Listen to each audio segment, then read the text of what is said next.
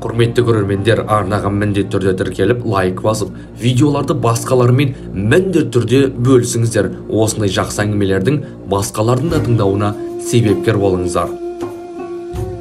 Нан созған қолда қайтарған әке. Бағдат қаласын аштық жайлағанда. Аштық әсіресе жүк тасушы арбакештерге қатты тиді.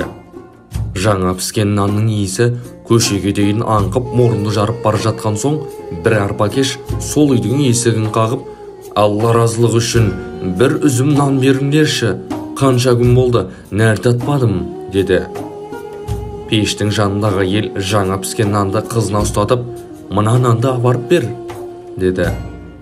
Қызы нанды әдемілеп орап, аш арбакешке берді. Арбакештің қуанышында шек жоқ. Үйіне бет алғаны сол еді, қарсы жақтан келген бір өктем дауыс тоқтатты. «Тез айт, нанды қай үйден алдың?» Арбакеш артқа бұрылып, нан алған үйді нұсқады. Адам ашулы кейіппен, «Жаңылмаппын. Осындай бір уақытта баса кімнің үйінен алсын нанды?» деп үйге қарай бет алды. Есікті ашар-ашпас, «Арбакешке нанды кім берді?» деп байбалам салды. Әйелі қорыққаннан қызын көрсетті. Қызы ғой, жан ашып ештеңе істей қоймас деп ойлады. Бірақ іштарлық пен шүкірсіздік әкесінің ішкі жан дүниесін жаулап алғанда. Қолындағы таяқпен қызының нан берген қолынан алақанынан салып қалғанда, қолы қайырылған күйі қала берді. Әкесі, «Мен барлық аш адамдарға нан таратсам, бұл үйде нан қайдан қалсын?» деп өз-өзіне мырылдап қояды. Бірақ әрбір нығметтің шүкірі бар емес пе? Шүкір етпеу қолдағы нығметтен айырылуға себепші болады. Әкесінің істегені анау. Көп ұзамай жұмыстары жүрмей, базардың орталығындағы кірісі мол дүкенін сатуға мәжбүр болды. Уақыт өте үйіне нан әкелетін жағдайынан да қалды. Бір күні қызына, «Енді маған үміт артпаңдар. Себебі мен бүгін нан алатындай ақша таба алмадым. Базарға барып, қайыр сұрап, нан алатын ақша кел», деді. Қызы базар жаққа барып, ұялып қысылса да, өздердің ескі дүкенінің қасына келіп тұрды.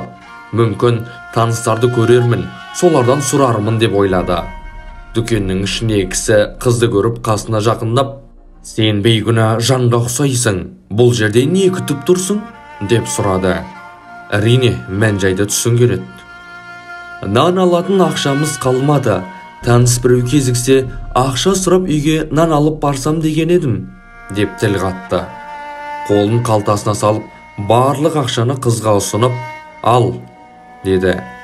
«Мына ақшаға қалағанша нан ала аласың. Осылайша мен де маған берілген нығметтің шүкірін өтеген боламын», деді. Сол мезет дүкеншіні қыздың бір қолын тығып тұрғаны бейжай қалдырмады. «Қолыңда жара болса, емдетейін, неге тығып тұрсың?» деп сұрады. «Жаратқан маған нығметті молынан берді. Шүкірін тек жақсылық жасау арқылы өтей аламын». Қанша айтқысы келмесе де, дүкенші қоймағасын басынан өткен мән-жайды былай баяндады.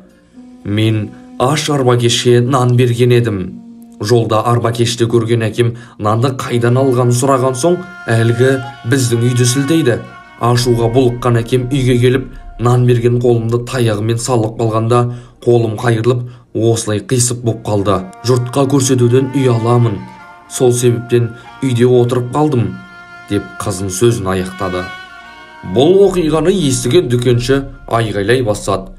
«Көрші қолаң, дос-жаран, мына жерге жиналыңыздар. Мен қиялымдағы аруды таптым. Өмірлік жарым қасымда тұр.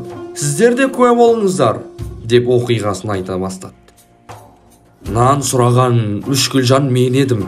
Қолыңның осындай халге душар болуына мен себепші болдым. Себепші бола тұра, мен сені осы халде жалғыз тастай алмаймын. Бұл іске Алла разы болмайды. Сені көргенде жүрегім лүпілдеп, маған нан берген қызға қатты ұқсайды екен деп ойға келген еді. Жаңылмаппын. Әкең аш көзденіп шүкіршілік қылмаған үшін Алла Тағала дүкенін қолдан алып маған нәсіп етті. Ал енді сынақ уақыты маған келді. Әкең түскен орға түскім келмейді. Кел, некемізді қидырып, әкеңді күйзелістен бірге құтқарайық, деп нан берген қолда жарылаған қатыгез әкеге қарай беттеді.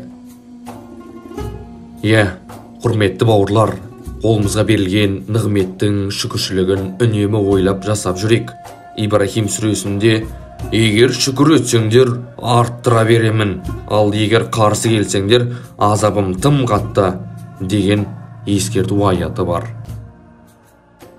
Құрметті көрермендер, арнаған міндетті түрде тіркеліп, лайк басып, видеоларды басқалармен міндетті түрде бөлісіңіздер. Осындай жақсы әңгімелердің басқалардың да тыңдауына себепкер болыңыздар. Сіздердің қолдауларыңыз біз үшін аса маңызды.